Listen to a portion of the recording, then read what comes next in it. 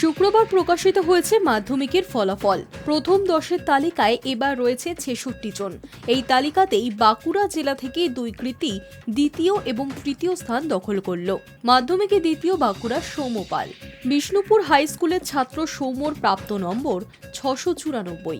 সৌম্যর এই সাফল্যে গর্বিত পরিবার, শিক্ষক শিক্ষিকা থেকে শুরু করে স্থানীয় বাসিন্দারাও। জীবনের প্রথম বড় পরীক্ষাতে ভালো রেজাল্টের পর সৌম্য জানিয়েছে ছোটবেলা থেকেই পরিশ্রম করেছে, পাশাপাশি মা বাবা শিক্ষক শিক্ষিকার অবদানও রয়েছে। মাধ্যমিকে দ্বিতীয় স্থান অর্জন। এত ভালো রেজাল্ট আশা করেছিল সৌম্য? উত্তরে তার কথায়, খুব ভালো লাগছে, কিন্তু বিশ্বাস করতে পারছি না। কিছু একটা ভালো আশা করেছিলাম, ভালো হবে এটাই আশা ছিল, তবে প্রথম দিনে থাকতে পারবো তা কখনো ভাবিনি। দিনে কতক্ষণ পড়াশোনা করতো সৌম্য?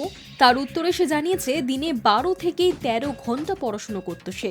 প্রত্যেকটি বিষয়ের জন্য একজন করে শিক্ষক ছিল। ভালো লাগছে, খুবই অভিভূত। প্রথম 10-এর মধ্যে আশা করেছিলাম, কিন্তু প্রথম 3 জনের মধ্যে আশা করিনি।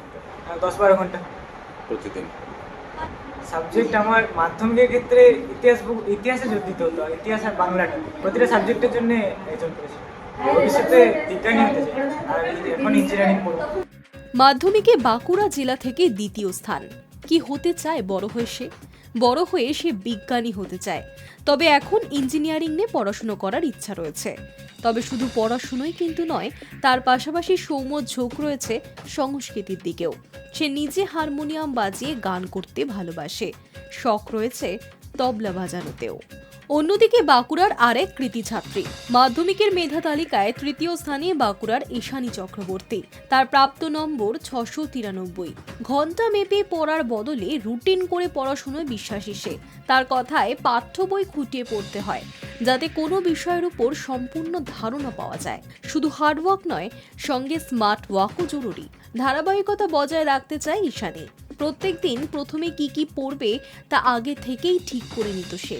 সেই অনুযায়ী চলত তার পড়াশুনো। বাঁকুড়ার কোতুলপুর সরোজবাসিনী বালিকা বিদ্যালয় থেকে জীবনের প্রথম পরীক্ষায় উত্তীর্ণ হল ঈশানী।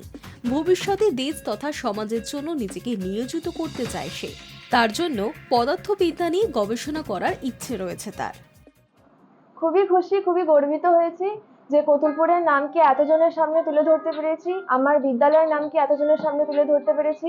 মা বাবা শিক্ষক শিক্ষিকাদের, স্কুল টিচার, প্রাইভেট টিউটরদের আশা পূরণ করতে পেরেছি, খুবই গর্বিতের জন্য। তার কোনো নির্দিষ্ট নিয়ম থাকেনি, আমি প্রতিদিন টপিক ঠিক করে নিতাম যে এগুলো পড়তে হবে, সেটা পড়ার জন্য যতক্ষণ লাগতো ততক্ষণই পড়তাম। সবারই অবদান রয়েছে, বাবা মা, স্কুল টিচার, প্রাইভেট টিউটর, প্রত্যেকের।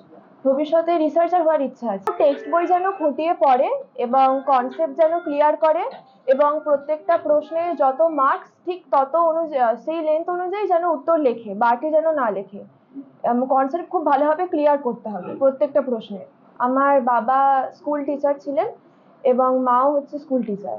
অবাক, ভাবতে পারিনি এটা হতে পারবো বলে, একেবারে খুবই অবাক হয়ে গেছিলাম শুনে। অবসরে ছবি আঁকতে ভালোবাসে ঈশানী। ঈশানীর মা সোনালী চক্রবর্তী এবং বাবা হীরালাল চক্রবর্তী দুজনেই শিক্ষকতা পেশার সঙ্গে জড়িত। শুধু যে কঠোর পরিশ্রম করতে হবে এমনই নয়, সঙ্গে প্রয়োজন বুদ্ধিরও। এমন পন্থাতেই বিশ্বাস করে ঈশানী। High news network.